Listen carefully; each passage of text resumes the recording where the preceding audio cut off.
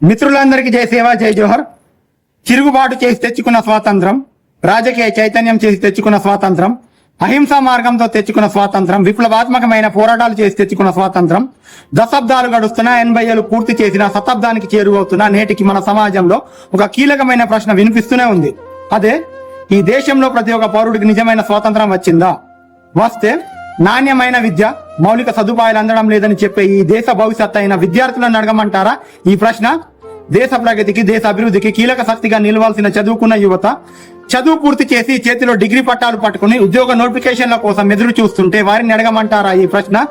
పగలు రేయి కష్టపడి పంట పండించిన చివరికి అప్పుల బాధతో ఆత్మహత్య శరణ్యమవుతున్న ఈ దేశ వెన్నెముక అయిన రైతులను అడగమంటారా ఈ ప్రశ్న? జల్ జంగల్ జమీన్ కోసం నేటికి తమ హక్కులకై పోరాడుతున్న ఆదివాసులను అడగమంటారా ఈ ప్రశ్న? రెక్కాడితే గాని డొక్కాడని పరిస్థితిలో కనీస వేతనం కూడా దక్కని కోట్లాది మంది శ్రామికులను అడగమంటారా ఈ ప్రశ్న? కామాంధుల వలలో, దుర్మార్గుల వలలో ప్రతి 16 నుంచి 18 నిమిషాలకు ఒకసారి లైంగిక దాడులకు, అత్యాచారాలకు గురి అవుతున్న ఈ కేసులు అనేవి భయంతో, అవమానంతో పోలీసుల వరకు వెళ్లలేని ఆడబిడ్డలను అడగమంటారా ఈ ప్రశ్న? సొంత స్థలం లేక పట్నం బాట పట్టి బ్రతుకు తెరువు కోసం రోడ్డు పక్కన ఒక పూరి గొడిసి వేసుకొని బ్రతుకుతున్న పేదవాళ్ళని అడగమంటారా ఈ ప్రశ్న? భయంకరమైన ఆకలి కేకలతో రోజుకు 1000 మంది డొక్కలు నిండకుండా మరణిస్తున్న నిరుపేదలను అడగమంటారా ఈ ప్రశ్న? ఇప్పటికి స్వాతంత్రమే రాని కోట్లాది మంది ప్రజలు ఉన్నారు. మనం మాత్రం వేడుకలు జరుపుకుంటున్నాం స్వాతంత్రం వచ్చిందని. స్వాతంత్రం అంటే కేవలం ప్రభుత్వ విధానాల్లో, చట్టాల్లో, నియమాల్లో లేదా పాలకుల జీవితాల్లో, రాజకీయ పార్టీల్లో మార్పు రావడం కాదు. ప్రతి పౌరుడి జీవితంలో స్వేచ్ఛ, సమానత్వం, గౌరవం, భద్రత, ఆర్థిక స్వలంబన రావడమే నిజమైన స్వాతంత్ర్యం. ఆకలి లేని జీవితం, నిరుద్యోగం లేని సమాజం, వివక్ష లేని దేశం ఏర్పడినప్పుడే స్వాతంత్రానికి నిజమైన అర్థం ఉంటుంది.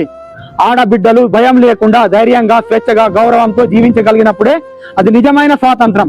రైతు పంట పండించినప్పుడు తన కష్టానికి గిట్టుబాటు ధర దొరుకుతుందనే ధీమా, ప్రభుత్వం అండగా నిలుస్తుందనే భరోసా కలిగినప్పుడే అది స్వాతంత్రం.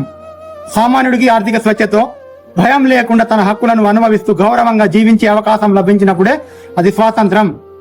రోడ్డు పక్కన జీవించే పేదవాడి ముఖంలో కూడా చిరునవ్వు కనిపించినప్పుడు, రోజు కష్టపడే శ్రామికుడు తన శ్రమకు తగ్గిన గౌరవం, గుర్తింపు, న్యాయం దక్కినప్పుడు అది స్వాతంత్రం. ఆదివాసుల జల్ జంగల్ జమీన్తో పాటు వారి రాజ్యాంగబద్ధమైన హక్కులు, ఆత్మగౌరవం, జీవనాధారం కాపాడబడినప్పుడు అది నిజమైన స్వాతంత్రం. ఇవన్నీ సాకారమైనప్పుడే మన దేశానికి నిజమైన స్వాతంత్రం వచ్చినట్లు. మరో అంశంతో మళ్ళీ కలుద్దాం.